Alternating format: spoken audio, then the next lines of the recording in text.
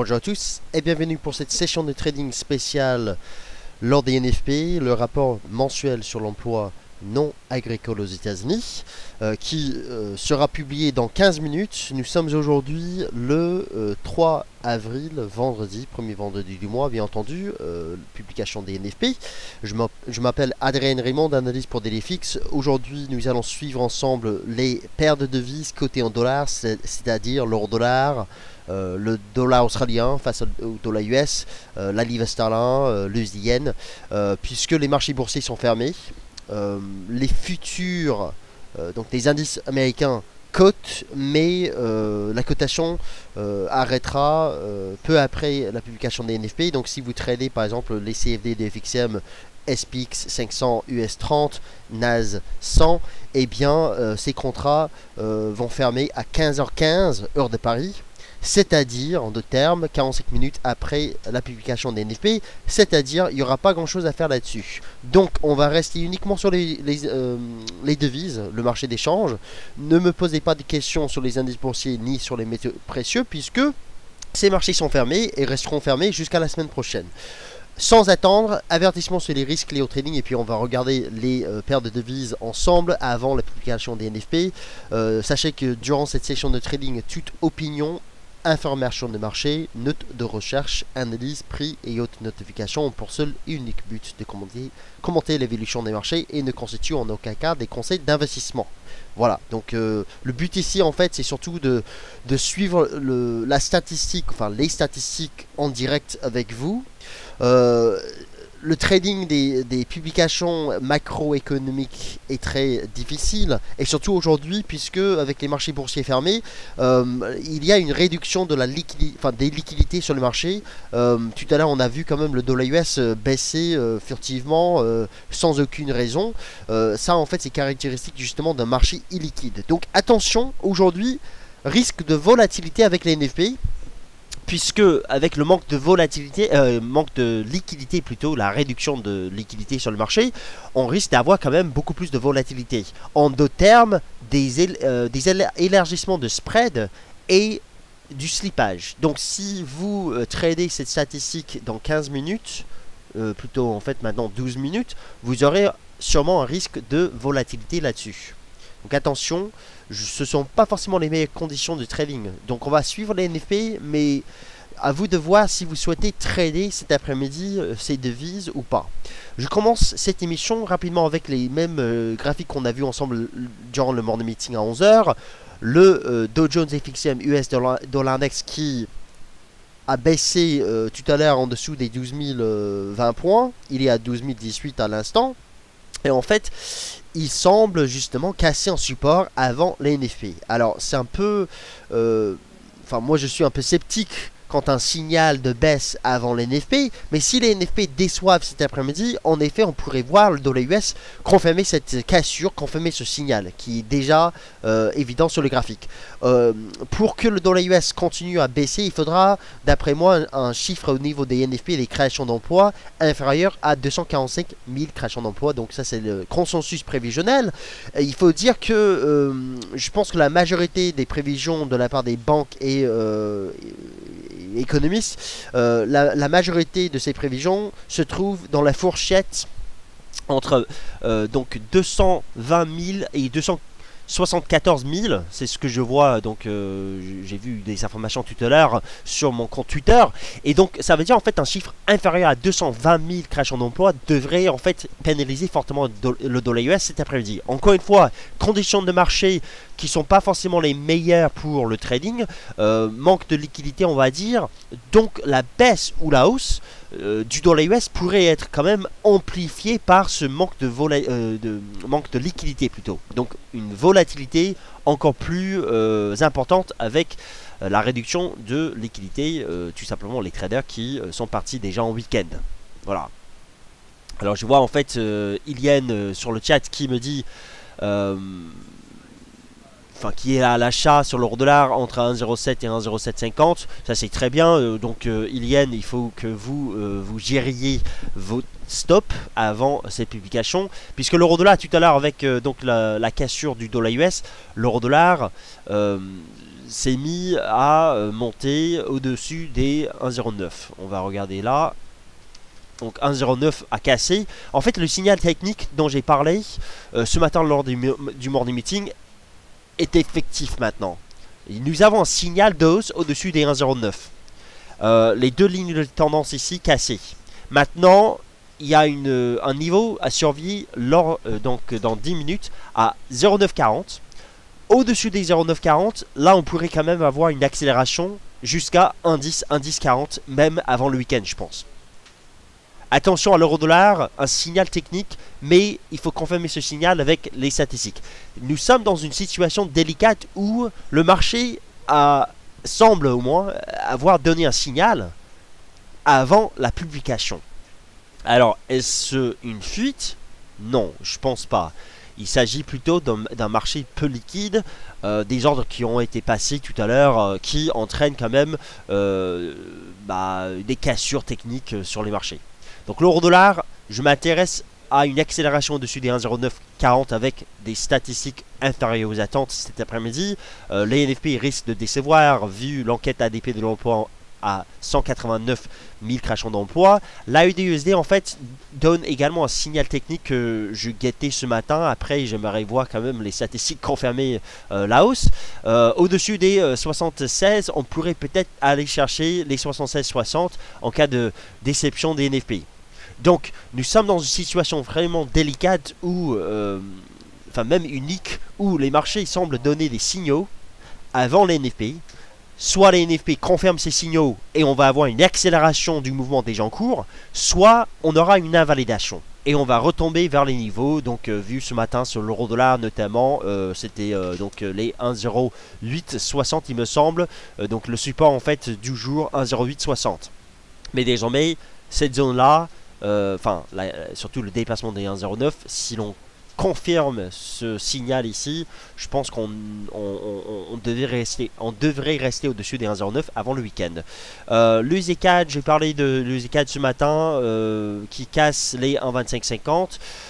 Donc à confirmer encore une fois la baisse du dollar US. Vous avez compris donc que le dollar est en train de donner des signaux, mais ces signaux en fait sont malheureusement pas forcément tradables encore. Il faudra voir pour les NFP. L'USD n'a rien cassé encore. Il y a un support à 119,40. Si ce support cède cet après-midi, là on pourrait quand même prévoir une poursuite. Nous sommes de toute façon dans une tendance baissière sur le court terme sur l'USD Yen, à l'image de cette ligne de tendance. Donc on pourrait quand même retomber vers les 118 la semaine prochaine. Et tout à l'heure je me suis intéressé à la livre sterling, le câble, qui est neutre mais qui a une résistance importante à 48,70. Si le GBP USD casse cette résistance aujourd'hui, là on pourrait peut-être aller chercher les 1,50 la semaine prochaine. Donc voilà pour ces paires de devises. Je vais uniquement rester sur ces paires. Je ne vais pas parler des indices boursiers quand même, puisqu'il n'y a rien à faire là-dessus. L'euro-dollar, s'il n'y avait pas les NFP, là dans 6 minutes, je dirais que nous avons un signal de hausse et donc un signal qui pourrait être mis à profit par des stratégies acheteuses. Maintenant, difficile d'acheter à 5 minutes des NFP, encore une fois. Crani, bonjour. Alors Crani qui dit le NFP ne faut plus autant bouger. Les marchés depuis Yellen ne regardent plus ces chiffres. Alors je ne comprends pas forcément ce que tu dis, Crani. En gros, les marchés sont focalisés sur les marchés. Sur le marché du travail aux États-Unis, sur des chiffres qui vont être publiés dans 5 minutes, puisque la Fed a clairement indiqué le mois dernier que si les chiffres continuent à s'améliorer sur le marché du travail, eh bien un relèvement des taux d'intérêt sera tout à fait possible cette année. Donc les chiffres du marché du travail aux États-Unis sont très très importants. Encore une fois, j'affiche le consensus ici, 245 000 créations d'emplois, après 295 en février, avec un taux de chômage à 5,5%. Et encore une fois, je vous rappelle, d'après l'enquête ADP mercredi, il y a un risque de déception au niveau des NFP, surtout de surprise vu la fourchette assez étroite. Encore une fois, la relation entre l'enquête ADP et les NFP, elle est quand même forte. Après, on va pas forcément utiliser ma courbe de régression ici pour prévoir les NFP, mais d'après cette étude simpliste, on va dire, cette étude économétrique qui est très très simple, qui n'est pas forcément la meilleure étude qui soit, mais qui permet justement d'établir un chiffre théorique à 197 000 créations d'emplois. Voilà, pour les NFP. Ça, c'est selon l'enquête ADP publiée mercredi, à 189 000 créations d'emplois.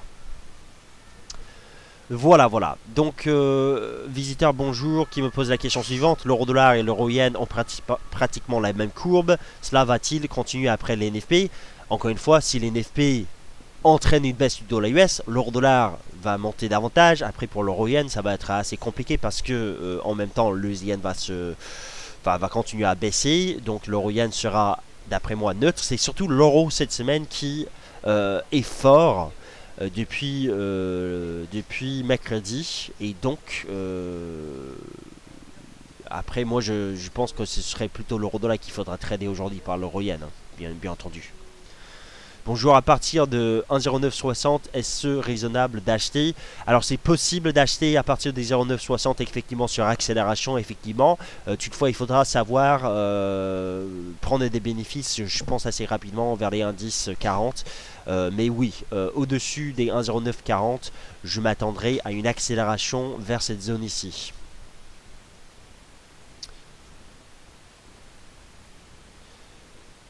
Ça, trader qui me parle d'un faux signaux sur les marchés, oui, en effet, cela risque d'être des faux signaux. Après, pour quelqu'un qui ne suit que les prix, uniquement les prix, ce sont plutôt des signaux qui sont convaincants jusqu'ici, on va dire. Mais en effet, moi, personnellement, j'attendrai les NFP pour confirmer cela. Le problème, c'est qu'une fois que les NFP sortent, ça risque d'être trop tard pour se positionner sur le marché, suis-moi. Donc, difficile de trader dans de telles conditions. J'aurais préféré, en fait, qu'on casse les 1,09 avec les NFP. Voilà, ça c'était mon plan de trading ce matin. Malheureusement, les conditions ne sont pas forcément les mêmes maintenant.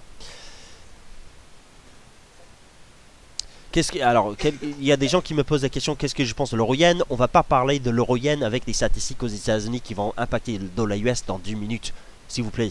On va rester sur la devise principale qui va bouger en fonction des statistiques aux États-Unis, le dollar US, et donc l'euro-dollar, l'AUD-USD, le yen, le GBP-USD, le USD-CAD, voilà. Pour l'euro-yen, c'est une paire croisée. Donc l'euro-dollar, vous voyez là, on a à 2 minutes des NFP, probablement des sorties de position, quelque chose comme ça. On voit quand même le marché baisser à nouveau vers cette zone ici en dessous des 1,09. Donc en effet, jusqu'ici, rien n'est gagné au niveau du signal. Toutefois, bon, l'action des prix ne permet même pas de dire ce qui pourrait se passer concrètement. Donc soit c'est un piège, soit nous avons déjà des signaux. On va avoir la réponse dans quelques minutes. Je vous invite à suivre justement l'annonce. Bon, je vais également chercher les chiffres, mais vous pourrez suivre en fait l'annonce ici dans notre section news en temps réel. Donc dans la section actualité du marché sur delefix.fr, news en temps réel, vous aurez donc les statistiques qui sortiront ici. En attendant, moi je vais suivre avec mes propres ressources et on va attendre les statistiques. Je vais suivre surtout en fait la réaction de l'euro-dollar en temps réel, puisque c'est quand même la paire la plus traitée, la plus suivie. Quelqu'un me pose la question, est-ce que l'on va vendre l'AUD-USD à 76,60? Si l'on monte jusqu'à 76,60 sur l'AUD-USD, ça pourrait être compliqué de le vendre, d'autant plus que mardi prochain nous avons la réunion de la RBA. Nous avons peut-être tout simplement un piège vendeur hier sur l'AUD-USD, et donc si l'on remonte jusqu'à 76,60 avant mardi, peut-être avec une baisse du dollar suite au NFP, peut-être ça va être encore plus bullish. J'ai pas forcément envie de... Alors là, c'est très très bullish pour l'euro-dollar. Oh, waouh. D'accord, donc, donc 126 pour les NFP 126K. Mauvais, très très mauvais. Donc l'euro-dollar en train d'exploser sa résistance, donc poursuite de la tendance. En effet, les signaux étaient bons, et là on est parti pour les indices 40. Voilà, l'euro-dollar explose. Donc comme je vous l'ai dit, là maintenant c'est trop tard, hein. Donc quitte à, enfin ceux qui ont placé des ordres d'achat au-dessus des 1,0940, donc par exemple tout à l'heure à 1,0960, là vous êtes là-dedans. Et vous pourrez donc compter à prendre des bénéfices vers les 1,1040 je pense cet après-midi, parce que là c'est sacrément bullish pour l'euro dollar, sacrément bearish pour le dollar US. L'AUD USD déjà 76,60, donc aucune vente là-dessus. donc là c'est quand même un retournement du dollar US, avec l'AUD USD en fait qui fait un piège hier sous les 75,60. Piège, retournement, c'est le début d'un retournement qui pourrait nous donner un objectif jusqu'à 79, théoriquement parlant, parce que on a tenu ce niveau-là en mars, on a rebondi jusqu'à 79, donc pourquoi pas faire la même chose. Donc il n'y a pas de raison d'acheter le dollar US maintenant, alors que maintenant je vois quand même des résistances sur l'AUD USD tout de suite vers les 77, mais clairement le chiffre qui vient d'être publié ne favorise pas un rebond du dollar US. Et c'est plutôt en fait une configuration qui plaide en faveur d'un retournement du billet vert. Je pense que les choses se mettent en place pour le retournement de l'euro-dollar en avril, comme évoqué au salon de l'analyse technique vendredi dernier. Il y a une semaine, j'étais le seul analyste haussier sur l'euro-dollar parce que je vous ai parlé de ce support à 1,05, 1,07. Personne n'y a cru. Maintenant, si l'on dépasse les 1,1040, ce sera pour aller chercher les 1,15. Mais bon, ce sera à voir la semaine prochaine avec la Grèce aussi. Pour l'instant, c'est bullish. Pour l'instant, c'est bullish au-dessus des 1,09. C'est bullish en fait depuis maintenant 3 jours. L'euro qui était quand même la devise la plus puissante cette semaine. Maintenant, le dollar qui casse ses supports. L'euro-dollar en fait arrivera tout de suite dans cette zone de résistance. Il faudra voir comment trader cette paire de devises, puisque si le dollar US maintenant, le Dow Jones FXM US Dollar Index, casse enfin sa sa EMA, moyenne mobile exponentielle, à 30 jours ici, 11 960 points, le support à l'instant, donc nous arrivons déjà sur un support sur le dollar US, support journalier. Si ce support cède, puisque je ne vois pas de seuil horizontal ici, si le support cède ici, on retombe vers les 11 880 points, ça veut dire que l'euro-dollar pourrait être au-dessus des 1,1040 à ce moment-là, sachant que l'euro jusqu'ici est la devise la plus puissante. Donc attention, je vois quand même un risque de retournement sur le dollar US pour des raisons fondamentales. C'est un scénario que j'ai présenté ces dernières séances et maintenant ce scénario semble se mettre en place.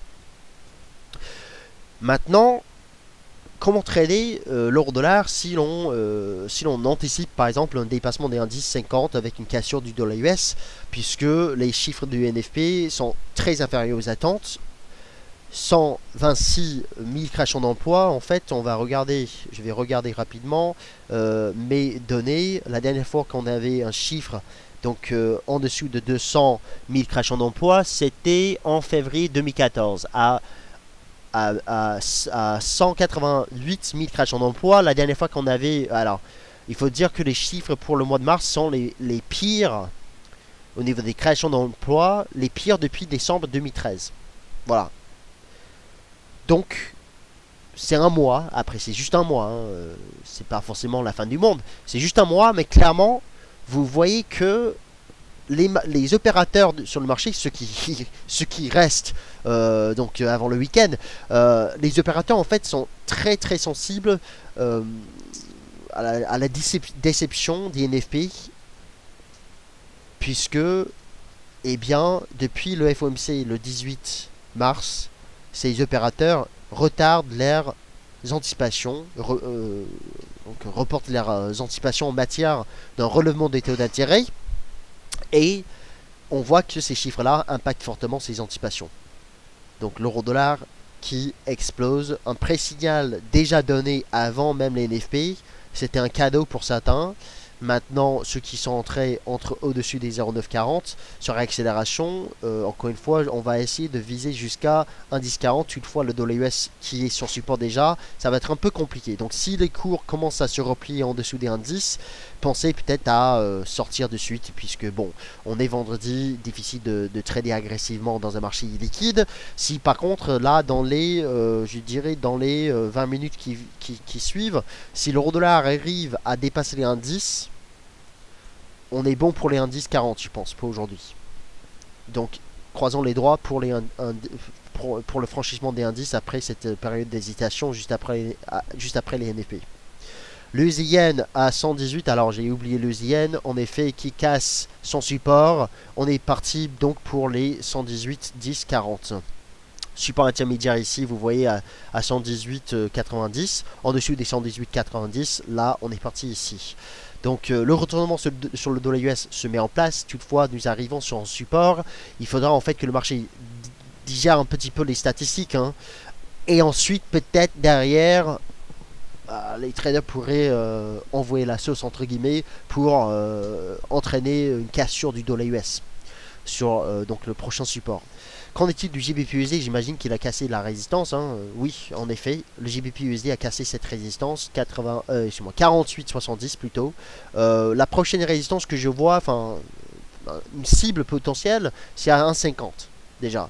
Donc si le dollar US casse son support, 1,50 cible pour la semaine prochaine, début de semaine prochaine. L'AUD-USD qui est quand même...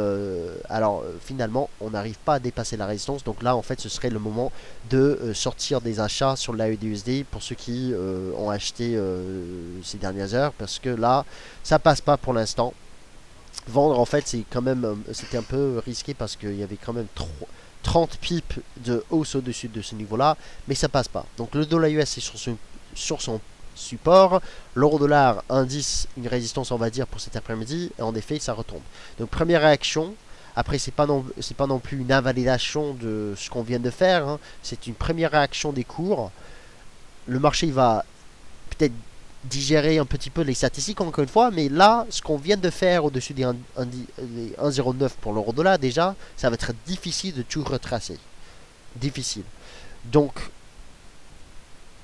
peut-être un repli plutôt limité cet après-midi. Bref, je serais beaucoup plus agressif s'il y avait quand même Wall Street cet après-midi, parce que à 15h30 en fait, habituellement, vous voyez le marché respirer un petit peu dans le sillage des NFP. Et ensuite, à 15h30, quand les traders américains arrivent, enfin même en fait, ils arrivent avant même, mais à 15h30, en fait, on peut voir quand même une nouvelle poussée donc, au niveau de la tendance déjà en cours suite au NFP.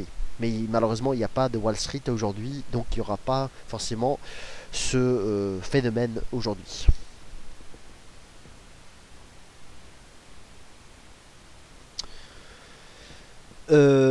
Bonjour visiteurs, attention, les salaires sont en hausse de 0,3%. On peut regarder rapidement effectivement les statistiques, en fait le rapport concrètement de la BLS, puisque c'est intéressant de regarder les autres statistiques effectivement. Au niveau des chiffres des NFP, le mois dernier, en fait, pour le mois de février, les chiffres ont été révisés à la baisse de 292 à 264. Donc, déception au niveau des statistiques pour le mois de février également. C'est très dommage. Après, bon, 264. Mi-crash en emploi, c'est quand même très bon. Hein. Enfin, on en rêve ici en France, sûrement, donc il n'y a pas de problème à ce niveau-là. C'est juste une déception. C'est pas la fin du monde non plus. Pour les salaires en fait, en glissement annuel, donc les salaires horaires sont en hausse de 2,1% par rapport à 2% en février. Donc effectivement, il y a une accélération de la progression des salaires. Qu'en est-il du taux de participation? C'est souvent quelque chose que je regarde. Le taux de participation qui baisse à 62,7%. Donc c'est un phénomène depuis longtemps. Le taux de participation, c'est-à-dire le nombre de demandeurs d'emploi, enfin qui recherchent activement en emploi, bah, en fait, ce nombre baisse, donc le taux de participation sur le marché du travail est en repli, et c'est quand même quelque chose qui n'est pas très bon en fait, mais bon, c'est pas non plus la fin du monde comme je vous l'ai dit. Donc les chiffres ils sont globalement mauvais, globalement mauvais. Après, souvent en fait pour avoir une vision globale des choses, il faut quand même lire l'intégralité du rapport. Moi je vais prendre le week-end pour justement regarder toutes les statistiques qui vont aider justement à mieux déterminer si nous avons un infléchissement par exemple dans la tendance sur le marché du travail, ou si ça s'agit juste d'un mois de faiblesse en mars. Mais en ce qui concerne les marchés financiers, clairement nous avons une baisse du dollar US, puisque ça impacte les spéculations vis-à-vis de la Fed. Malheureusement là tout de suite, indice atteint et c'est une résistance pour l'instant. Le dollar US tient son support, donc il faudra faire attention si vous avez des positions vendeuse du dollar US sur accélération juste après les NFP, parce que on retrace quand même le mouvement. L'AUD qui ne dépasse pas sa résistance, mais quand même, il faut dire, qui arrive quand même à rebondir sur son support. Donc en fait, rien n'empêche qu'après ce repli, rien n'empêche que l'AUD remonte avant la RBA par exemple la semaine prochaine. Mais nous avons toujours un support qui tient, et en fait ce support il tiendra avant le week-end. Je pense que la probabilité qu'on reste au-dessus des 75-60 maintenant est très importante. Donc, il n'y a pas de... En fait, finalement, on est coincé entre une résistance ici, un support journalier ici. Je pense qu'en fait, vu le piège hier et maintenant le rebond jusqu'ici, on pourrait peut-être après une respiration remonter. Mais dans un premier temps, on a clairement un rejet sous la résistance, sans qu'il y ait de retournement à la baisse non plus. C'est un peu difficile de dire ce qui va se passer par la suite. Jusqu'ici, par contre, j'avais un sentiment plutôt baissier sur le dollar US. J'avais l'impression que les NFP allaient décevoir. D'ailleurs, en fait, on va regarder au niveau du concours NFP. Alors, celui qui a gagné le concours NFP, en fait, ça pourrait être quand même assez évident, parce que la majorité des prévisions étaient plutôt vers les 200K. Donc je ne sais pas si on a déjà annoncé le gagnant. Sylvain, est-ce qu'on a trouvé le gagnant du concours NFP ou pas encore? Pour le concours NFP, en fait, chaque mois, nous avons un concours. Vous devinez justement les chiffres pour le marché, pour les NFP. Et là, il faudra en fait qu'on regarde. Alors, visiblement, c'est Coup d'État qui a gagné. Il a deviné, donc ses prévisions étaient 150K. Et donc lui, visiblement, il a gagné. On va confirmer ça parce qu'en fait, il faudra qu'on regarde toutes les statistiques. Mais vous voyez, en fait, là, visiblement, Coup d'État, membre de notre forum, a gagné le concours NFP ce mois-ci. Et parce que lui, il a vu que toutes les prévisions étaient entre les 190 et 250 000 créations d'emplois. Donc en fait il a choisi de jouer en fait la prévision out of the money, en dehors de la monnaie.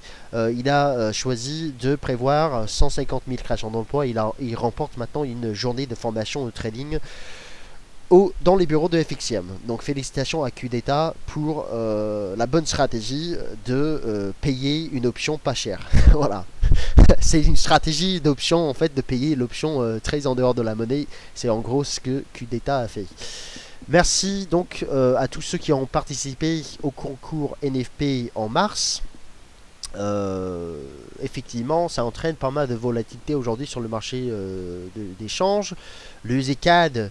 Alors là en fait, pour revenir sur le ZCAD, je pense qu'il y a vraiment un risque de cassure maintenant sur le ZCAD. Donc la première réaction, on voit l'euro-dollar qui se replie un petit peu en dessous des indices, l'AUD qui bloque sous les 76-60.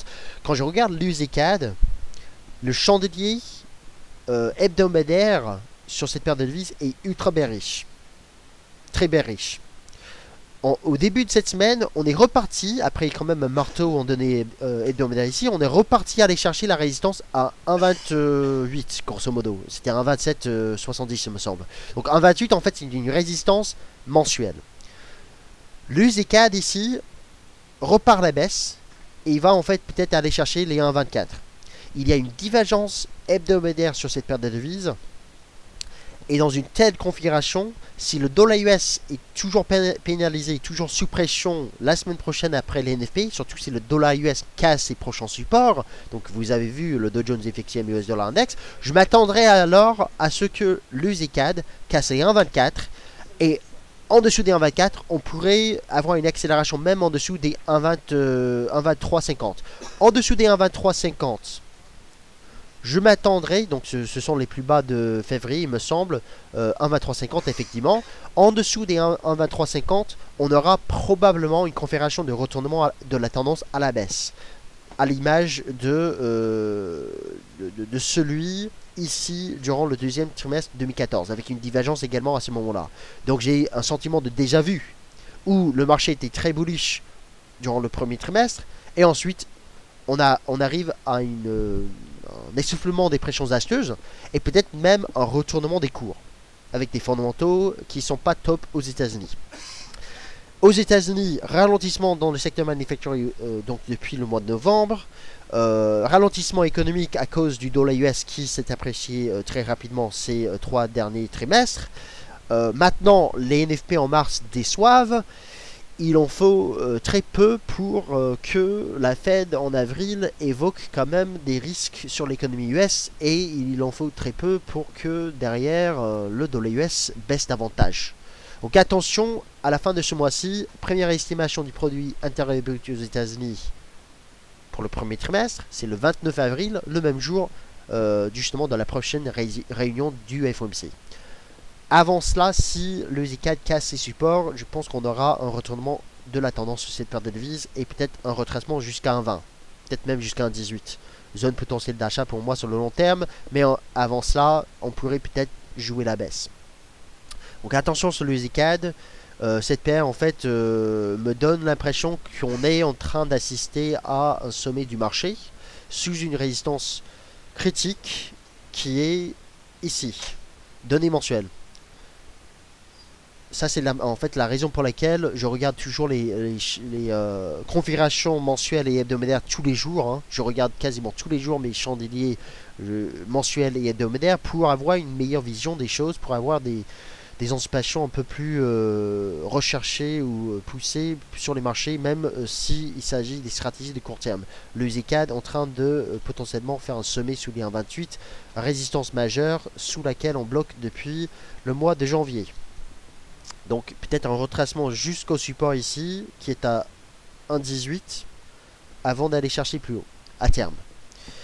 Voilà. Donc le ZCAD, ce serait pour moi également une paire à suivre pour la baisse du dollar US vu cette divergence qui est tout à fait... Enfin déjà en fait la divergence se valide déjà parce que le RSI hebdomadaire casse ses anciens plus bas. Donc le RSI hebdomadaire est déjà dans une tendance baissière, alors que les cours sont dans une tendance haussière. On n'a pas encore cassé le dernier creux sur le ZCAD, alors que le RSI, lui, il casse déjà ses derniers creux. Si les cours maintenant confirment la divergence, retournement de la tendance. C'est-à-dire, il faut casser les 1,2350. Voilà donc pour le ZCAD. C'est pas forcément pour aujourd'hui, mais pour vous dire que le signal donné tout à l'heure alors là l'USD remonte, le signal sur l'USD donné en dessous des 1,2550, c'était un signal. Et maintenant la poursuite de ce signal. Je m'attends à ce que cette paire glisse jusqu'à 1,24. Et vous avez compris que le risque baissier sera encore plus important à ce moment-là. Quelqu'un me parle de l'euro AUD et qui me dit bear trap sur l'euro AUD. Alors je ne sais pas. Alors effectivement c'est quand même bear trap. Alors je ne sais pas si cette paire a cherché mon stop. Stop 0, mais stop en fait une stratégie d'achat proposée il y a 2 jours. Hein. Mais l'euro AUD ce sera pour la semaine prochaine. C'est plutôt avec la Grèce en fait qu'on va suivre l'euro AUD. Pour l'euro dollar, on est toujours au-dessus. Alors maintenant on remonte vers les indices, donc au-dessus des indices. Donc effectivement c'était un premier repli, respiration du marché et les acheteurs ont toujours la main.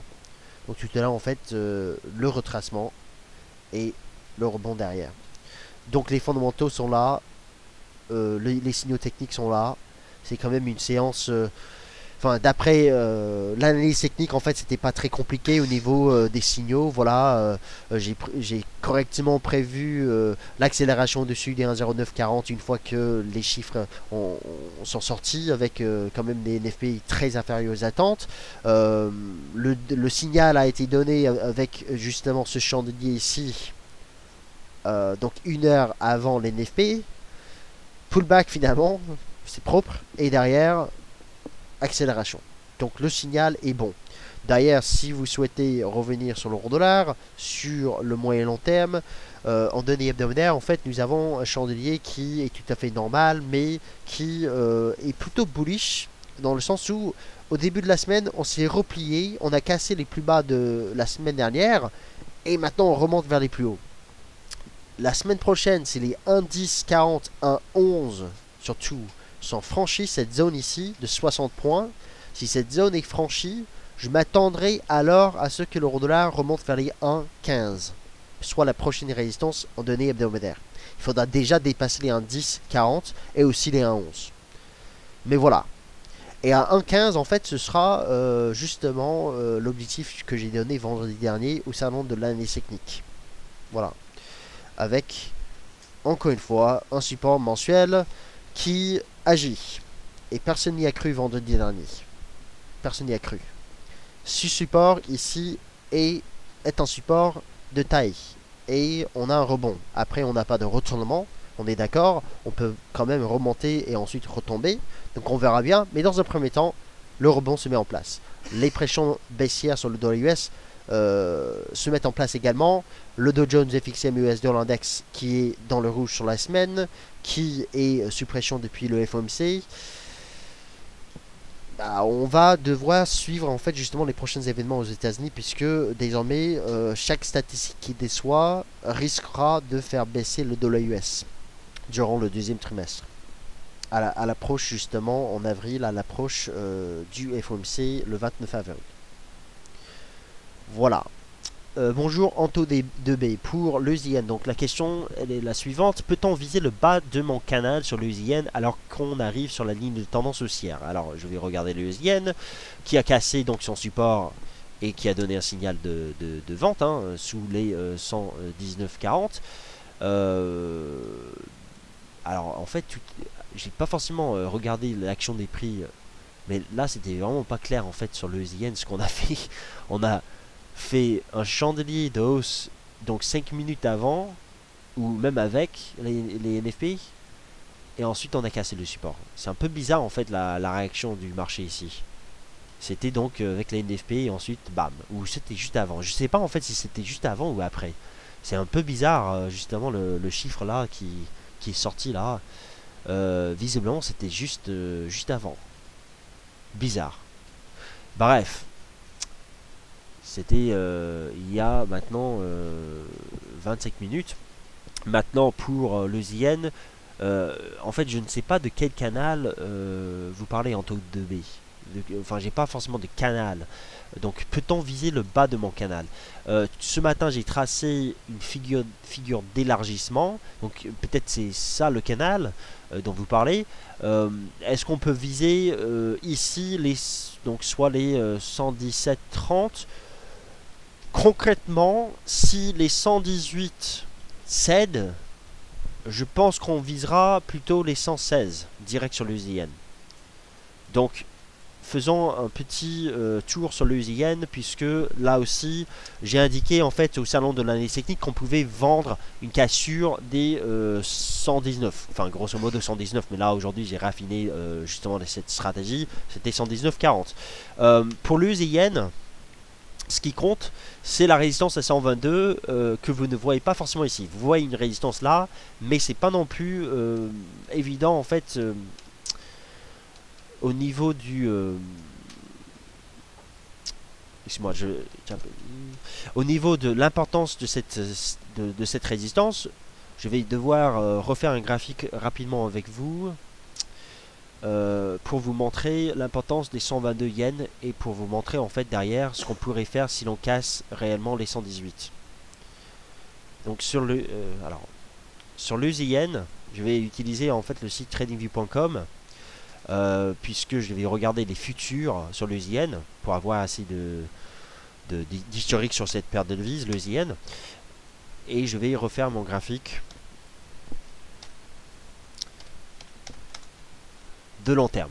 Et en fait, il est déjà fait. Donc le yen est ici, en train de se retourner sous cette résistance de long terme, donc qui est en place depuis 1986. Cette ligne de tendance que vous voyez là, c'est le point haut qu'on a fait il y a 4 semaines. Et maintenant, le yen est en train de se retourner à la baisse. Au salon de l'analyse technique, donc j'ai présenté une... alors peut-être même j'ai toujours le graphique, le même graphique. J'ai présenté en fait, voilà.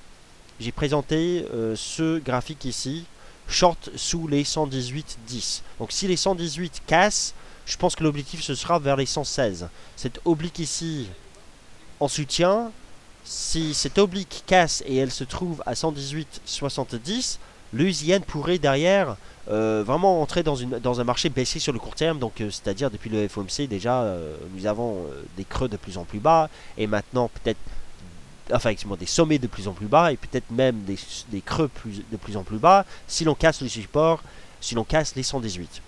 Donc attention sur le yen, ça sent quand même le retournement à la baisse, vu la résistance de très long terme à 122 qu'on a testé ici, et le retournement qui se met en place.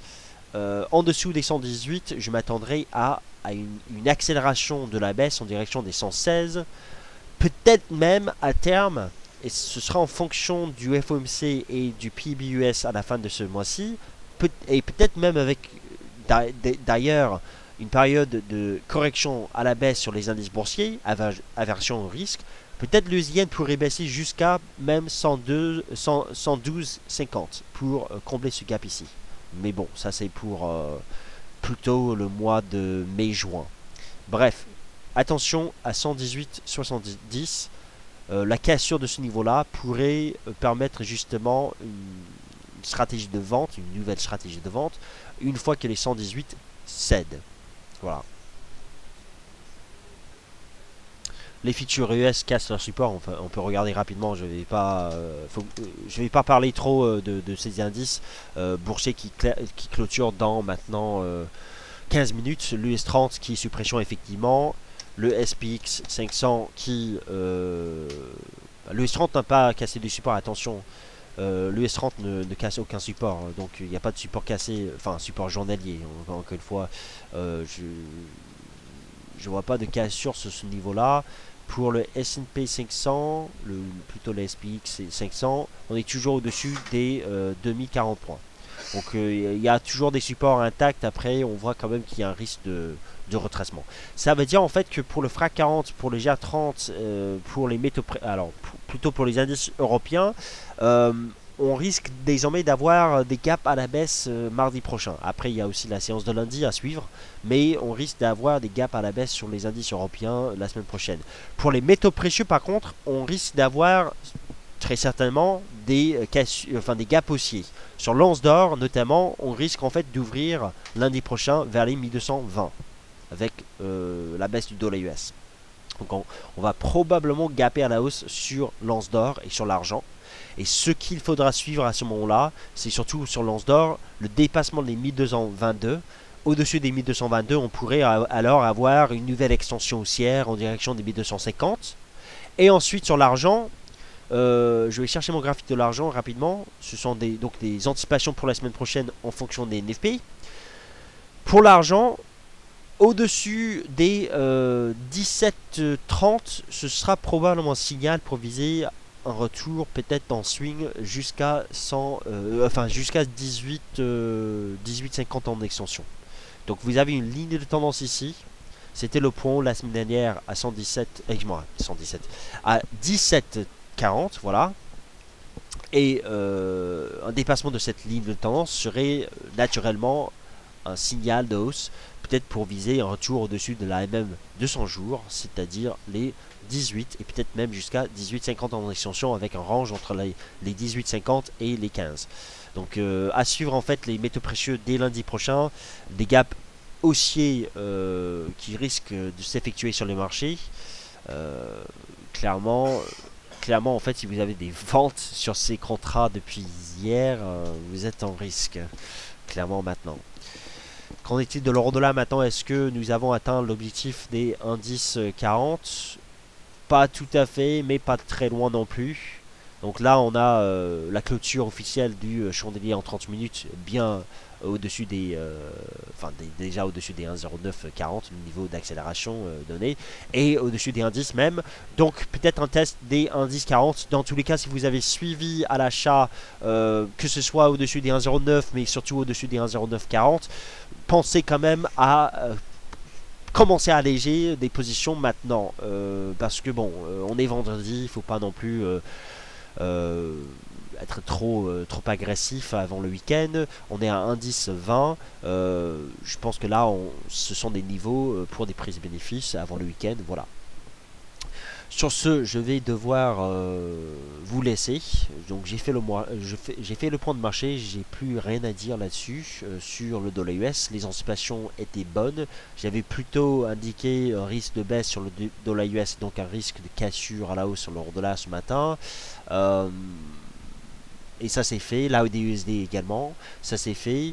Donc maintenant, on va faire le point dès la semaine prochaine pour la suite, avec l'ouverture des marchés US lundi. Alors attention, attention, lundi prochain, les marchés américains sont ouverts. Wall Street sera ouvert à 15h30 heure de Paris, lundi. Par contre, les marchés européens resteront fermés. Donc mardi, en fait, on va avoir de sacrés gaps sur ces indices boursiers européens. Ça va être assez compliqué au début, mais on va devoir pouvoir établir des anticipations déjà en fonction des corrélations. Donc déjà pour les métaux précieux, je pense qu'on va avoir des gaps à la hausse, et donc l'once d'or pourrait aller chercher les 1220 direct à l'ouverture des marchés lundi matin, vu la baisse du dollar US. Et donc pour les indices boursiers, ce sera probablement en fonction du S&P 500 lundi, s'il casse les 20 040 points. Donc sur l'indice cash, le S&P 500 cash, s'il casse les 20 040 points, lundi, on risquera d'avoir en fait des retournements à la baisse sur les indices européens la semaine prochaine, avec des incertitudes également en Grèce. Voilà, j'espère que le live vous a plu. Je vous remercie énormément de m'avoir suivi cet après-midi, de nous avoir suivis cette semaine. Pour ceux qui ont assisté pour ceux qui ont participé au concours NFP, merci d'avoir donné votre avis. Félicitations à Kudeta qui a remporté justement le concours. On va se retrouver la semaine prochaine pour les prochaines émissions et les prochaines analyses sur lesfix.fr, sur les marchés financiers. En attendant, je vous souhaite un très bon week-end. J'espère ensoleillé pour certains. Et on va se retrouver dès mardi prochain pour les prochaines émissions sur dailyfix.fr. Merci à tous et bon week-end.